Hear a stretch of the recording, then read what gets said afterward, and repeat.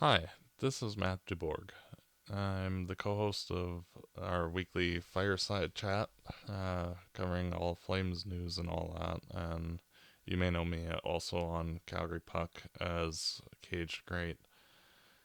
And it seems that we're in a bit of a weird situation. And this hasn't happened since 1919.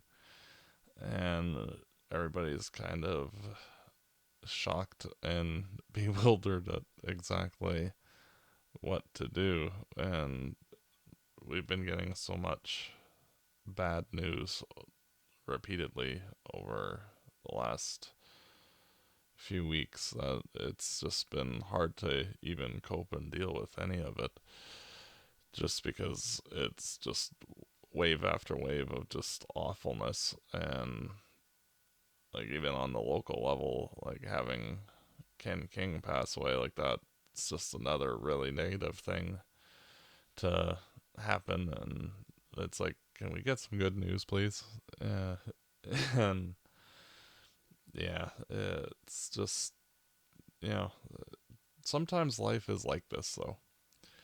And I know myself that I went through a situation that was just totally insane back Christmas time 2016. And like for the year prior, my father had been dealing with cancer, and he had an operation, got better, and like they removed everything and all that.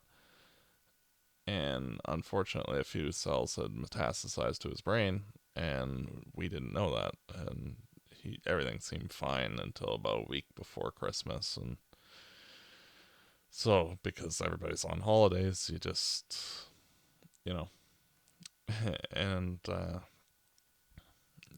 then like on Christmas Day, like late in the day, he collapsed and all that. And um, the next day, we found out that he was going to pass away. And within the span of an hour of finding that out, I went to take the car to go to the hospital and see him, and the car died as well.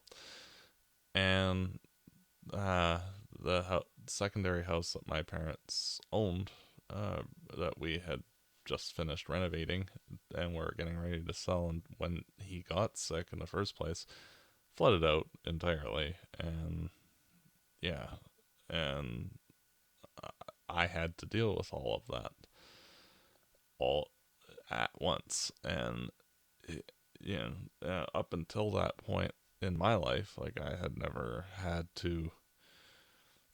I was always a consultant more so than learning from both of my parents, because professionally I'm an interior designer and a construction person, you know, jack of all trades type of thing. And like, because my father was a construction person and my mother's an interior designer, so I've learned from both of them. And it, I was always in the student-ish mode up until, and deferring to them. So then when all of that happened all at once, like everything in my life got dumped on me. And it was a little bit overwhelming. And that's the only experience that I have that I can draw from to help deal with this current situation, which is, equally bewildering and, unfathomable. Because, like last on Monday, we were talking about the week to be for hockey, and now, like, that's all gone. And it's, yeah, it's hard. Like everything shut down. There's no TV really for, like, even the late night hosts are not doing their thing. And it's you can't really go out, talk to people, do anything. And myself, I'm a very sociable person, and that's part of why I enjoy interior design, is because I can just chat with people and all sorts of different people liking different things and trying to, you know, make things interesting for them and all that. And yeah, so myself, like I've been actually kind of self quarantining since leap day, because I am sick. You can kind of hear in my voice I'm not 100%, but I have the regular flu, which, good timing to get it. So that way I'm been already out of everybody's way. And when the coronavirus came to Calgary, and yeah, it's just a nightmare. Anyhow, the whole purpose, I think, of me doing this, and I may continue to do more episodes moving forward, depending on what anybody else thinks of what I'm doing. And I just wanted to give some of my strategies from back when all the insanity happened to me previously that helped me get through all of that craziness. And, if I can do anything to help any of you get through this bout of insanity, like that to me would be entirely worth it. And, you know, trying to take a page out of Ken King's book of being a decent person and getting, caring about other people and trying to help where possible. And, you know, with that said, the number one thing that you can do is don't panic. You know, it doesn't help. And like it's overwhelming, the negativity, and like it's coming fast and furious, and it's just an insane amount of lunacy. Like we're not used to, like, especially in the Western world, having like the hospitals overrun with an illness, and then it going to the next country and the next country and the next country, here, everywhere, and like that's going to come here in not that too far of a future. And like it, and if anybody works in the medical field at all, like my heart goes out to each and every one of you. You guys are all heroes, and it's just like I am so sorry for like everything that you're gonna have to deal with, because like it's, yeah. But you know on the bright side, being informed helps to reduce panic. And there's only so much that you can do on a personal level, and you have to take solace in that like, yeah, all this really negative stuff's happening, but frankly there's not a damn thing that you individually can do about it outside of what you can control in your life. And it's little things like myself, like I'm staying away from everybody, kind of, and self-isolating and all that fun nonsense. Thankfully I have a few things that I can take care of around my house, and in terms of renovations that I've been putting off, and lots of other little things. Um, but maintaining,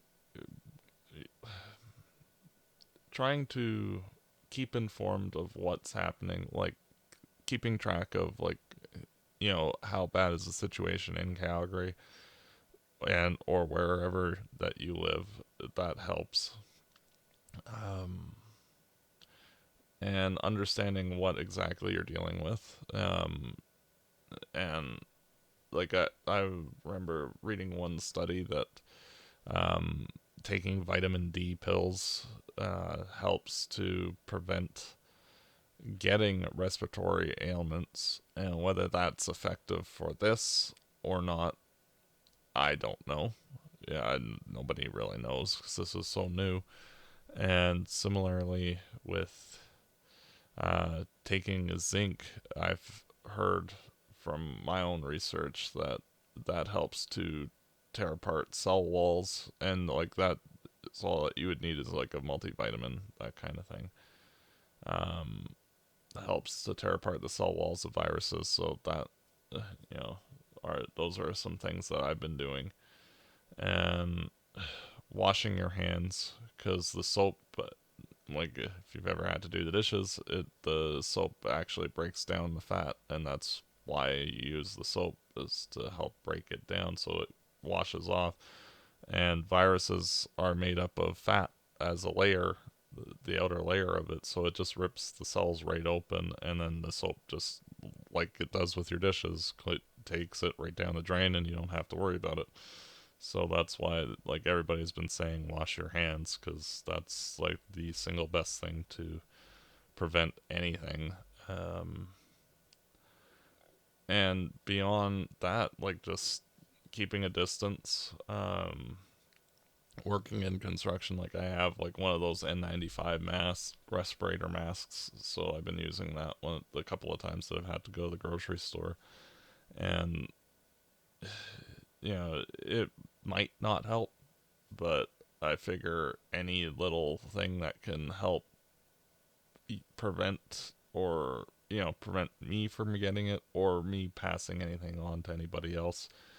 I figure, like, if everybody's wearing masks, or some sort of facial protection, that the more that you can separate yourself from everybody else, that also helps. And um, another thing that, this virus is particularly weird in that it tends to stay around on surfaces longer than most, and stays airborne longer than most, and that's part of why it's been spreading like wildfire.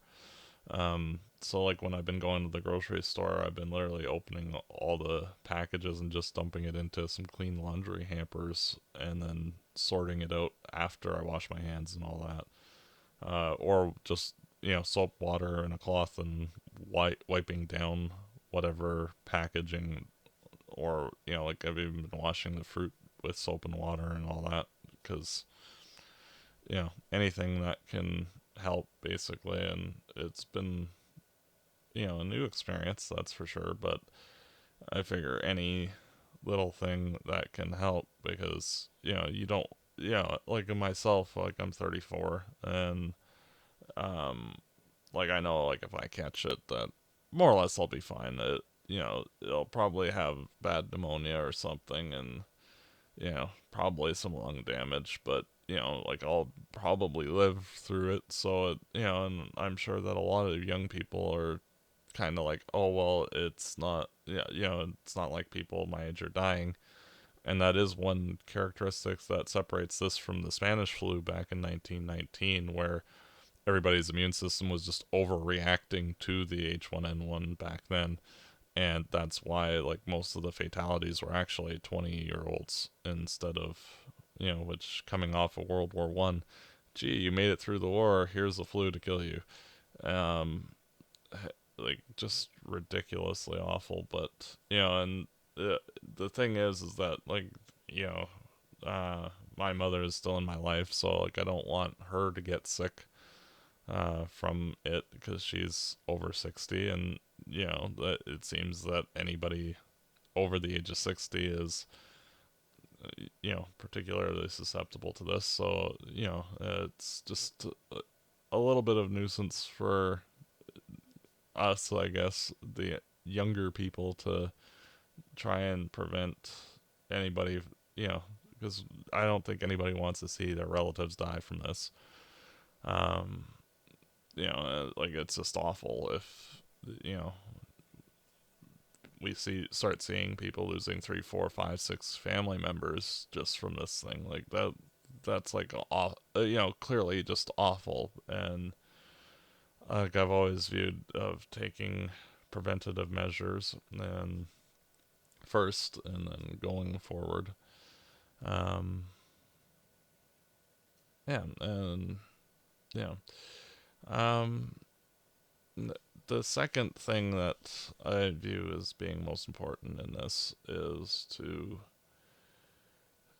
make sure that you are, is with this amount of insanity, the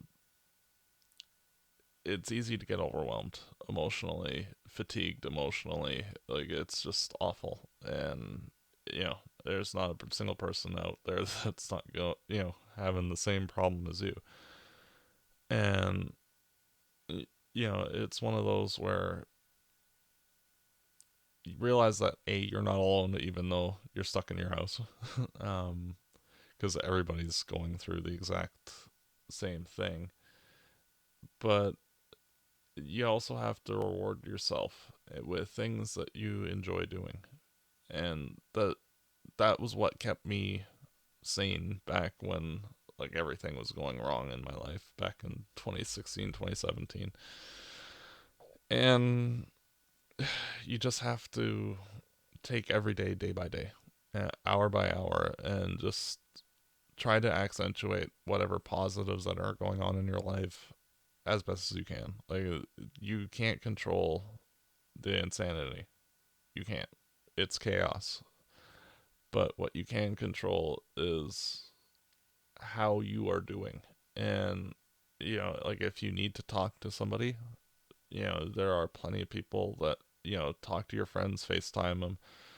Uh, you know, I'm always open to chat on Calgary Puck or Twitter or wherever, just drop me a line or, in the comments below this video and all that kind of stuff. And, you know, just try to remain positive. Take everything one day at a time. You'll be fine. And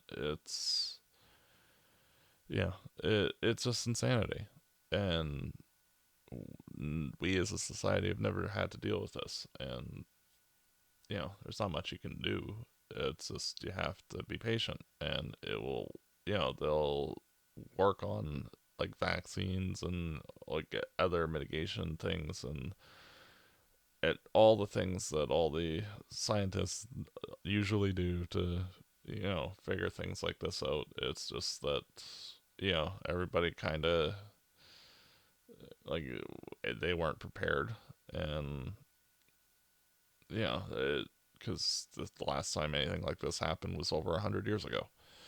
And there's not much you can do. It's just now we're having to deal with the strange situation of like all the pro sports being canceled and stuff like that. And yeah, all oh, stay in your house. And yeah.